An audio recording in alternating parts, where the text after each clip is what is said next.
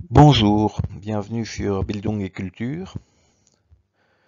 Dans le cadre des 101 livres pour se former une âme, nous proposons aujourd'hui une introduction au concept de l'angoisse de Kierkegaard.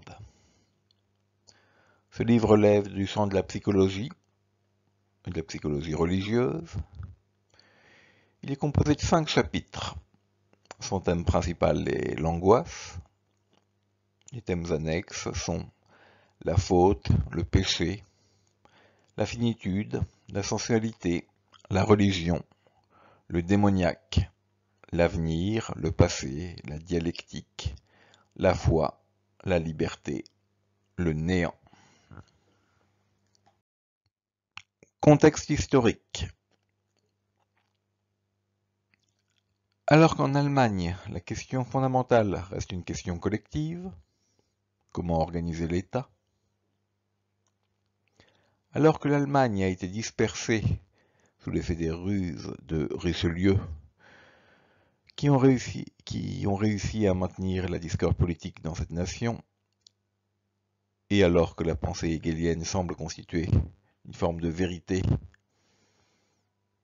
dans ce pays, maintenant au XIXe siècle, un certain nombre de voix s'élèvent contre la prééminence, la domination et la patience du concept de l'universalité allemande. On a pu dire que l'année 1844 a constitué une sorte d'année de résistance contre la pensée de Hegel. Il en a eu raison. Les manuscrits parisiens de Karl Marx furent rédigés cette année. Ils traitèrent de la vie et de la mort d'un point de vue essentiellement économique. La critique émise par Kierkegaard fut d'une autre nature. On aime à la ranger dans le sens de l'existentialisme, champ assez vague et pour le moins indéfini. Il est évident que cette pensée aime justement cet indéfinissable et cette indéfinition. L'angoisse est un rapport au néant, tout comme la dialectique hegelienne d'ailleurs. Si on demande ce qu'est l'être, on arrive à dire qu'il n'est rien, parce que toute détermination est une limitation, alors que l'être est justement non limité. L'être n'est pas une chose, il n'est donc rien.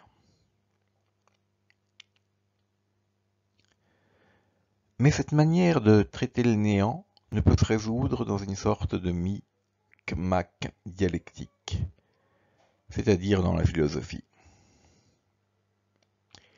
Il y a dans la dialectique quelque chose de profondément grec, alors que la vérité de la vie humaine se trouve plus du côté de Jérusalem que du côté d'Athènes.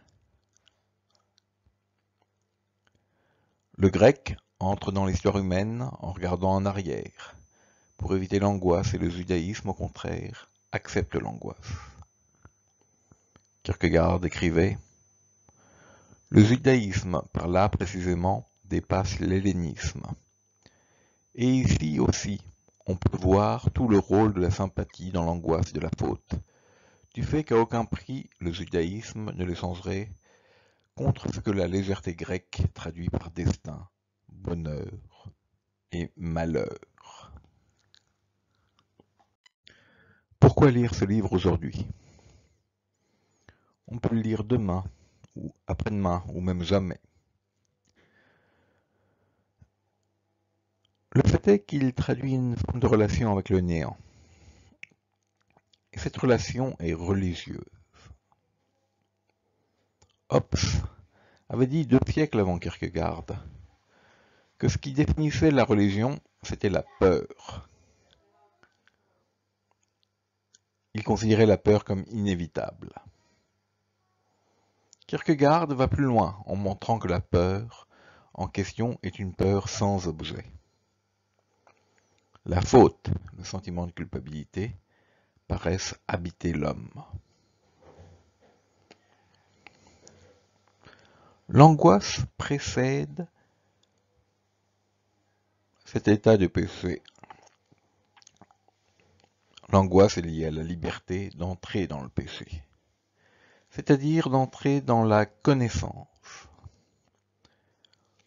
Le premier savoir est celui de la nudité. Le savoir est ainsi dans un rapport au péché qui vient en montrer l'incertitude. Le premier savoir est une pudeur qui est aussi angoisse. Kierkegaard dit « Avec l'innocence commence le savoir, dont la détermination est d'ignorer. » C'est là le concept de pudeur.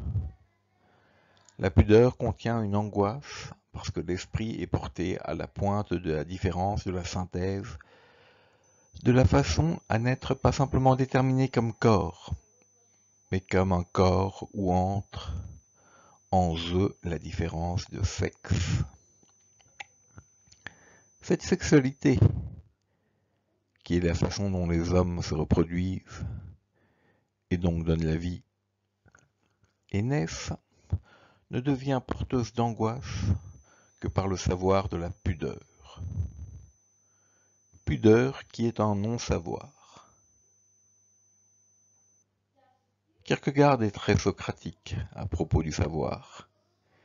Il reconnaît bien l'existence de la science statistique, mais il sait également très bien que celle-ci n'est que le masque impudique censé dissimuler la mort. Ce qui se joue dans l'angoisse, c'est en réalité la liberté qui n'est pas conçue comme libre arbitre, qui est vue comme une fiction inventée par la société pour asservir l'autre, mais comme une ouverture au monde à partir d'un rapport au néant qui est l'angoisse.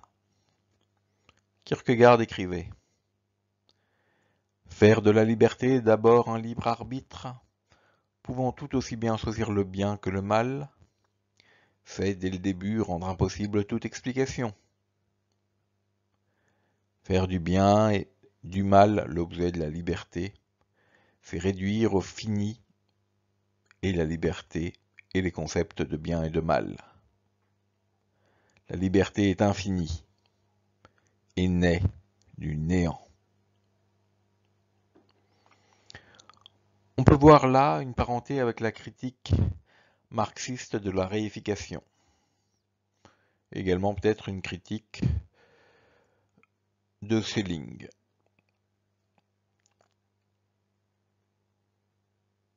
Il ne faut pas oublier qu'ici, le point de vue religieux est premier.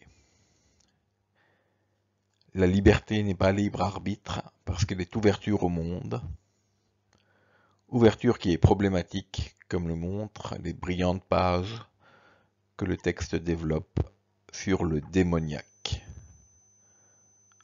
dans le chapitre Hermétisme et ouverture involontaire.